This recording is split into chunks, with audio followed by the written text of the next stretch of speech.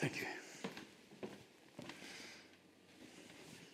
But you thought I was going then, but just turning the lights down a bit. And I'm just going to bring this down. And we're looking at the nature of reality. And some people say, how come, this is a church, supposed to be talking about God. Why are we looking at the nature of reality? And my, perception is, unless there is a complete, crossover between what we're talking about here and the nature of reality, then then we're just talking about some sort of idealized, fabricated reality in our minds that doesn't really make any difference. So I think it's really important to ground ourselves in what is real with all this and what is the nature of reality. And that's really sort of the context from which I'm doing this today. Because, our purpose here at the chapel, if we have one line, what it's about, it's really how do we live our lives more skillfully? How do we live our lives more skillfully? And the whole spiritual and all that sort of stuff really is about how we live our lives more skillfully. I suppose, Moses' 10 Commandments, really, this is how you live your life more skillfully in those days. And then Jesus came and said, well, this is how you live your life more skillfully now. And that's really all we're looking at. How do we live our lives more skillfully? And everything really, reality is such an important topic today, in terms of religion, what's real, relationships, what's real in our relationships, politics, what's real in politics. We've got alternative facts and all that sort of stuff. How can you actually establish what's real? So what we've done so far, the first week, this is like, previously on, so those of you who haven't been here before can just catch up a bit. So the first week, what we looked at is the fact that context, is important in looking at the nature of reality. If you're in the Middle Ages, it was a fact that Jesus was up in the heavens with God together. And if you didn't believe that, you would be tortured and killed. And therefore, it was very clear that that was the reality. No one doubted it. And again, the earth was flat. The whole things that people accepted as being what was real. And gradually, as we've gone through our lives, in history and in ourselves, we start to establish what we think is real and how reality comes about. So that was the first step. And the second thing we looked at is the fact that everything, in terms of working about what reality is filtered through our minds. And our mind's a bit like a sort of virtual reality headset. Stuff comes in and our minds deals with it like the computer, but it is the software and it is the hardware at the same time. It has a complete monopoly on our thinking. And if you don't agree with your mind, then you're in trouble. Then you have, difficulties. So we tend to agree with our minds and sort of argue with them, but the mind is filtering everything. So we have to be aware of that we're not just our minds. We're our hearts, we're our bodies, we're our community as well. And we need to be listening to those parts when we look at what the nature of reality is. And then the third week, we looked at, the thing where we get all the stuff from, which is our consciousness. It's our consciousness that enables us our mind takes stuff that our consciousness gives us, and then we analyze that and try and work out what's going on. But when you get into consciousness, it's always a bit difficult. I use that phrase from Joseph Campbell. Am I the bulb that carries the light? Or am I the light of which the bulb is the vehicle? Am I the bulb that carries the light? Or am I the light of which the bulb is just a vehicle? Is consciousness a product of the brain? Or is the brain a product of some greater consciousness that not only produces something like a brain over evolution and then uses it to become a vehicle for that consciousness to be aware of itself? So there's a bit of a, trying to work, that's still a conversation. The Dalai Lama, who we quoted a few weeks ago, says that consciousness, in his perspective, is actually the facility to know. It is the facility by which we know things. It is a latent facility that gives us the opportunity of knowing. And last week we looked at evolution, the evolution of consciousness, the evolution of the material world, and the evolution of consciousness going hand in hand. Consciousness has been evolving since the Big Bang. from that moment 13.7 billion years ago, a universal mind. And the word mind just means that which remembers. So you've got a rational mind. You've got a body mind that remembers how to breathe and do your stuff.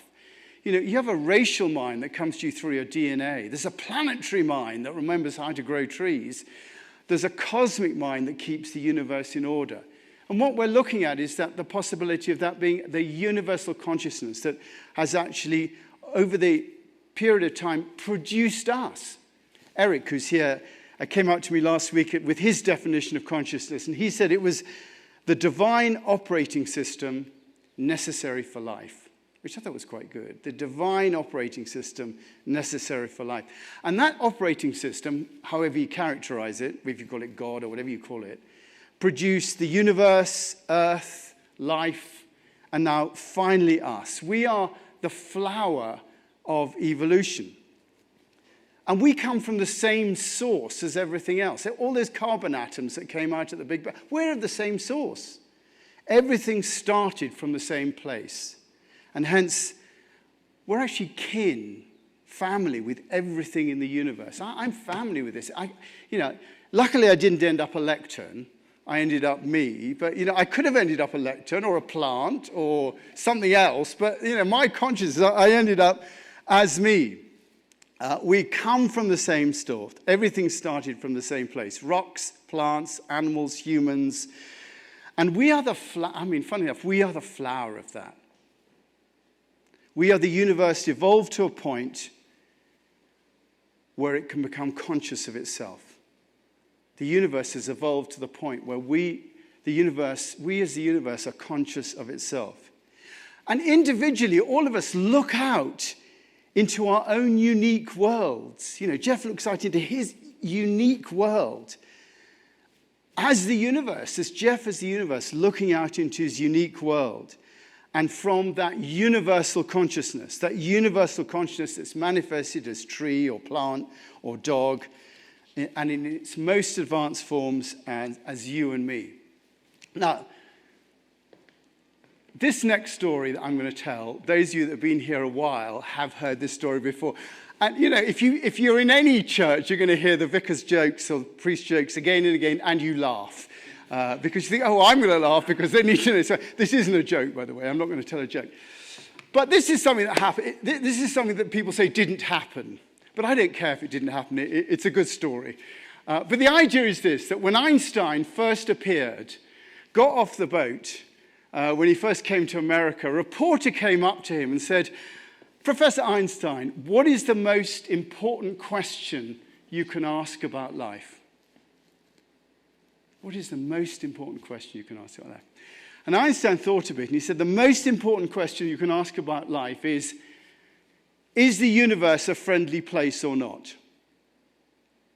Is the universe a friendly place or not? For if we decide, this is what he said, or supposed to have said, if we decide that the universe is an unfriendly place, then we will use our technology, our scientific discoveries, our natural resources to achieve safety and power by creating bigger walls to keep the unfriendliness out and bigger weapons to destroy all that is unfriendly. And I believe we're getting to a place where technology is so powerful that we can either become totally isolated or destroy ourselves in the process. So that's if it's unfriendly. If we decide that the universe is neither friendly or unfriendly, that God is essentially playing dice with the universe, then we're simply victims to the random toss of the dice, and our lives have no real purpose at all. But if we decide that the universe is a friendly place, then we will use our technology, our scientific discoveries, our natural resources to create tools and models for understanding the universe and cooperating with it. Because power and safety will come through understanding its workings and its motives. So the idea is then, if the universe is a friendly place, if we're participating within that greater consciousness, then what we need to be doing is working out how we cooperate with this universal consciousness, with this, this great mind that's there. And that's why we study the nature of reality. Yes, we find we're kin with the universe, that we're all from the same source. And like those great aspen trees, which are the largest, and let me get this right, the largest organism on the planet, they all shoot up separately, but they're all fundamentally connected. If we're connected like those aspen trees to the universe, how do we cooperate? And in order to answer that question, I think we have to look at, the reality of consciousness. How do we relate to consciousness in that way? Reality comes from the Latin word realis, which its original meaning is about relationship. Realis means relating. How are we relating to consciousness? Well, last week, Claire, in the conversation, Claire brought up Ilia Delia. This is Ilia Delia. She's a Franciscan sister. She's coming to the chapel next year, and she's an expert on the evolution of consciousness. And this is what she says. Now, this is some of it is a little bit complicated, but go with this, because, of course it's complicated. These are the key questions in life, So I could just make it all up and say, well, it's very easy, it's in the Bible, so you believe it. But, what she says is, up to the 20th century, consciousness was considered a distinctly human phenomena. Quantum physics, we're going to get into quantum physics now. Quantum physics changed that notion. In the early 20th century, the physicist Max Planck spoke of consciousness as fundamental to matter. Consciousness as fundamental to matter. That is, we cannot consider matter, stuff, apart from consciousness. He says, all matter originates and exists only by virtue of a force which brings the particle of an atom to vibration and holds this minute cellular system of the atom together. Something is holding it together. We must assume behind this force the existence of a conscious and intelligent mind. And we're not talking about a rational mind. We're talking about something that remembers, that brings things together. We're talking about a conscious and intelligent mind. What quantum physics tells us that not only are we from the same source, but we are also intimately connected to everything else. So we're in the field of quantum physics now. Quantum physics came about when scientists, this is how it came about, when scientists couldn't explain, we are going to get onto spiritual stuff in a moment, I promise you, but I have to get there, Scientists couldn't explain the placing of electrons during various experiments until finally they realized that the thing that was making a difference to the electrons was the observer. We all know about quantum physics, but it's often difficult to grasp what we actually know about it. And I found a very simple explanation for quantum physics. It's a film. It lasts 4 minutes. And I'm just going to put that film on now. So hopefully this explains to me, what quantum physics is. Here we are, the granddaddy of all quantum weirdness, the infamous double-slit experiment. To understand this experiment, we first need to see how particles, or little balls of matter, act.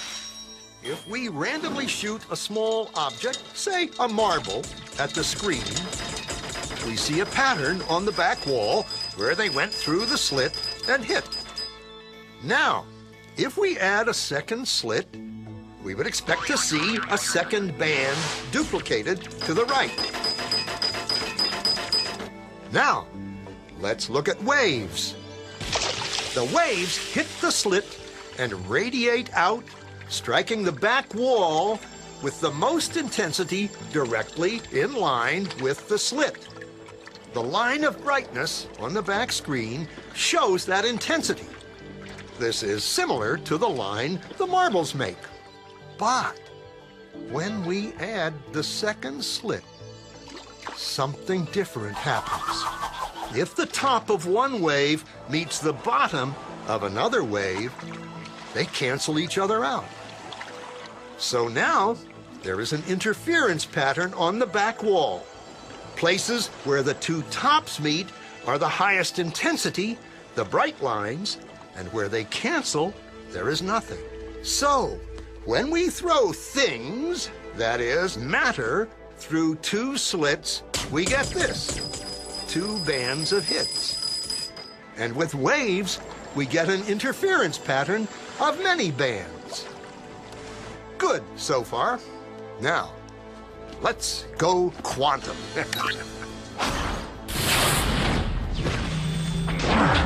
An electron is a tiny, tiny bit of matter, like a tiny marble. Let's fire a stream through one slit. It behaves just like the marble, a single band. So, if we shoot these tiny bits through two slits, we should get, like the marbles, two bands. What? An interference pattern. We fired electrons, tiny bits of matter through. But we get a pattern like waves, not like little marbles. How? How could pieces of matter create an interference pattern like a wave? It doesn't make sense. But physicists are clever.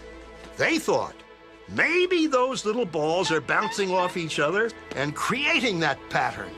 So, they decide to shoot electrons through one at a time. There is no way they could interfere with each other. But after an hour of this, the same interference pattern is seen to emerge. The conclusion is inescapable. The single electron leaves as a particle, becomes a wave of potentials, goes through both slits, and interferes with itself to hit the wall like a particle. But mathematically, it's even stranger. It goes through both slits, and it goes through neither. And it goes through just one, and it goes through just the other. All of these possibilities are in superposition with each other. But physicists were completely baffled by this. So they decided to peek and see which slit it actually goes through. They put a measuring device by one slit to see which one it went through and let it fly. But the quantum world is far more mysterious than they could have imagined. When they observed, the electron went back to behaving like a little marble. It produced a pattern of two bands, not an interference pattern of many.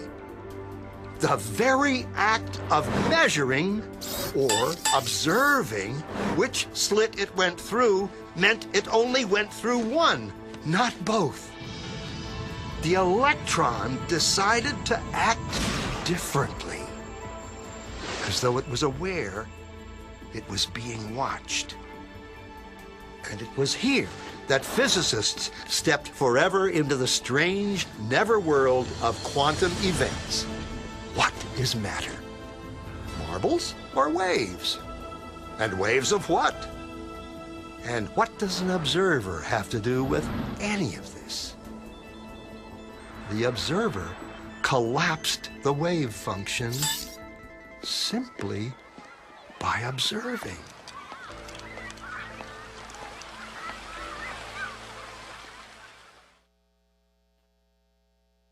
The key thing about this, I put my slider down somewhere. I put my slide sheet. Here we are. The key thing about all of this is that the observing of the experiment made the difference. And what that means is me observing you affects you in the same way that those particles. So in some way, we are fundamentally, our consciousness is fundamentally connected with each other. That's what quantum mechanics really says, that everything is fundamentally, intimately connected with each other. So the idea is that we go from a perspective where we think we're separate, but what quantum mechanics tells us is that we're not, and each of us is connected. And Ilya goes on, the awareness of this relational holism, she calls it a holism, that means the interconnectedness of all things, was part of the rebirth of science in the 20th century. Quantum physics discloses we are part of a relational one, a relational holism, through the discovery of wave-particle duality.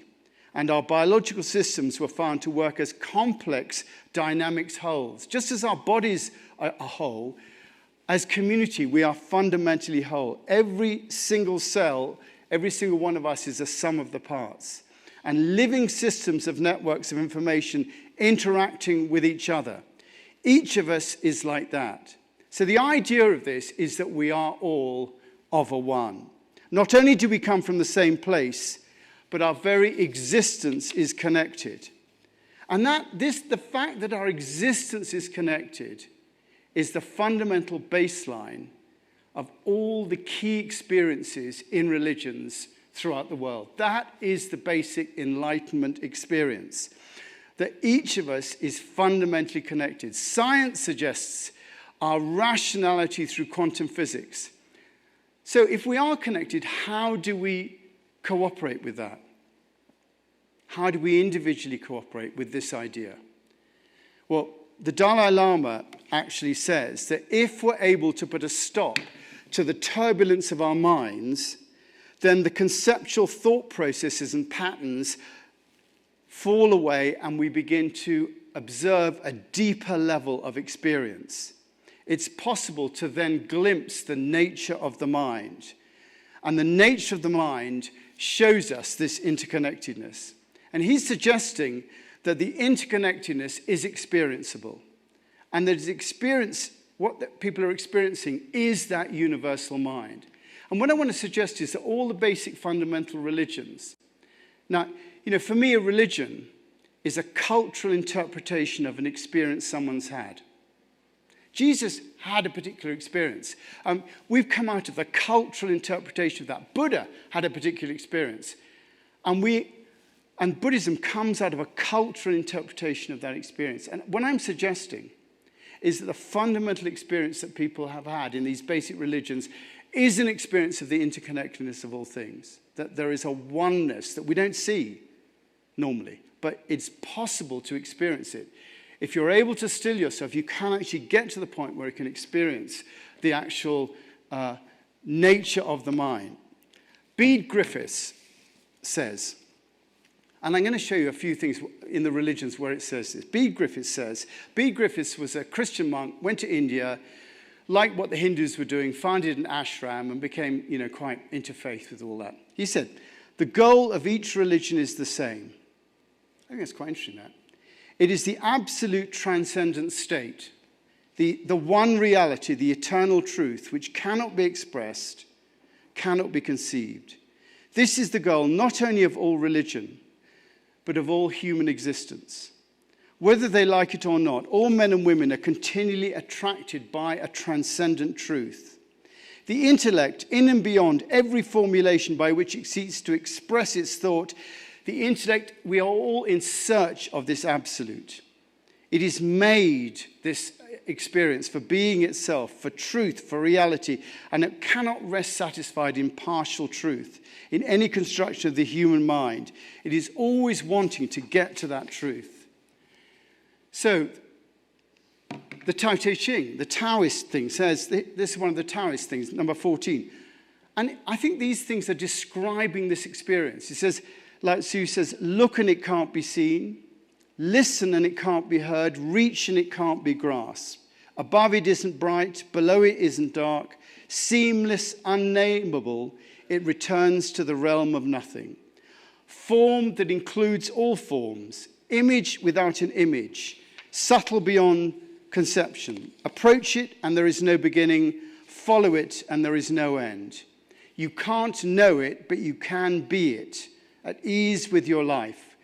Just realize where you come from. This is the essence of wisdom. So I'm suggesting that suggests this consciousness. There's another Indian book called the Upanishads. And in the Upanishads, it says, in the heart of all things, of whatever there is the universe, and there dwells the Lord. He alone is reality. Words there are without suns. The self is one, unmoving. It moves swifter than thought. The senses do not overtake it. Again, suggesting this fundamental reality that exists. And all these different religions have this as an essence. Imran Khan in Sufism says, once the soul awakens, it begins to see the truth that it's always new and renews the soul, giving it perpetual youth. When one finds differences between teachers in humanity, they're only differences in the lives that they live.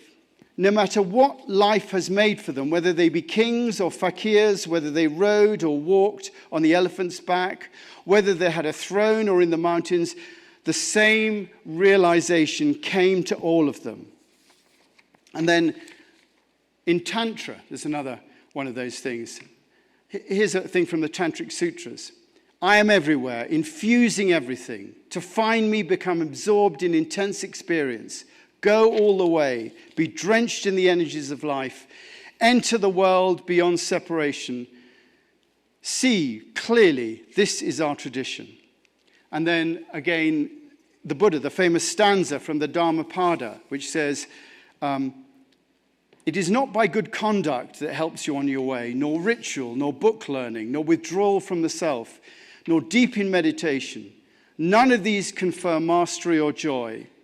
O seeker, rely on nothing until you want nothing. This idea that there's a fundamental nothingness that we're all a part of. And then finally, it is definitely within the Christian religion. This is the AI Jesus. When they put AI into AI, what did Jesus look like? This is what AI came up with as to what Jesus looked like, which I think is really quite interesting, to tell you the truth. We have this white person with a flowing mane and all that. This is more the truth. I mean, if you look at in the New Testament, there's this idea that there is a secret wisdom. We speak, it says in 1 Corinthians, we seek of God's secret wisdom, a wisdom that has always been hidden and that God destined for our glory since time began. And then when Jesus was asked, where is the kingdom of heaven? A key question, where is the kingdom of heaven? His answer was, people say, here it is or there it is. The kingdom of heaven is within you. And there's this idea of a fundamental withinness, a consciousness that we can connect with. In John, it says, before long, the world will not see me anymore. It's what Jesus is speaking. But you will see me because I live. You also will live. On that day, you will realize that I am in the Father. I am in that fundamental consciousness. You are in me. In other words, I am witnessing you within my consciousness, and I am within you. In other words, I am within your consciousness. That's how Jesus described that nature of consciousness. I am in the Father, you are in me, and I am in you. So, I think that's quite interesting. This is the AI Moses, by the way. That's what Moses, I don't think it's quite as good as the AI Jesus, but that's the AI Moses. And Moses, it's the same in Moses. If you look at that whole bit of the burning bush, he says, who are you, God? So I can really tell you who I am. And God replies to Moses, this is what you are to say to me, to the Israelites. I am who I am. I am has sent me to you. The I amness, the identity of that fundamental consciousness, that's what all these different religions are talking about. And, you can see all the I amness in the New Testament. I am the bread of life. I am the good shepherd. It is rooting it in some fundamental experience of an ultimate consciousness. And again, I'm nearly at the end, so you don't have to panic. Almost on the last page. I am the last page. This is what Bede Griffiths, he says, for most people today, the very idea of God has ceased to have any meaning. We're getting on to the God bit now, you'll be relieved here. The very idea of God has ceased to have any meaning. It is like the survival of a half-forgotten mythology. Before it begins to have any meaning for them, people have to experience this reality in their lives. They'll not be converted by words or arguments, for God is not merely an idea or a concept in philosophy. God is the very ground of existence. We have to encounter God as the very fact of our existence before we can really be persuaded to believe in God. To discover God is not to discover an idea, but to discover oneself. It is to awake to that part of one's existence which has been hidden from sight and which one has refused to acknowledge. The discovery may be very painful. It's like going through a kind of death, but it's the one thing that makes life worth living. So we're looking at the nature of reality, and what I'm suggesting is that what we call God is that fundamental universal consciousness that we come out of, that we are seeing. We are actually an expression of that universal consciousness, what Eric called the divine operating system necessary for life. And I think the purpose of the spiritual life is to live in harmony with that operating system, to live in harmony with that friendly universe that Einstein talked about. And I think that's what it means to live life more skillfully. And the way we do that is to realize that we're not just our rational minds, and to quiet the ongoing commentary that's going on from that part of our physicality and open to our body minds, to our community minds, to our planetary minds, and to experience this interconnectivity with all things. Because that's what I'm saying is the root of relationship that all of us have here. That we not only come from the same source, but we're intimately connected. That all of what we know as reality is a one. It's not two. We're not separate.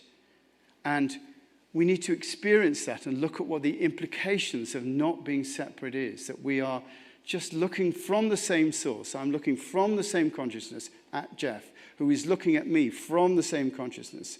And we meet in the middle in a unified sense of oneness. And we'll just develop that a bit more next week. Thank you.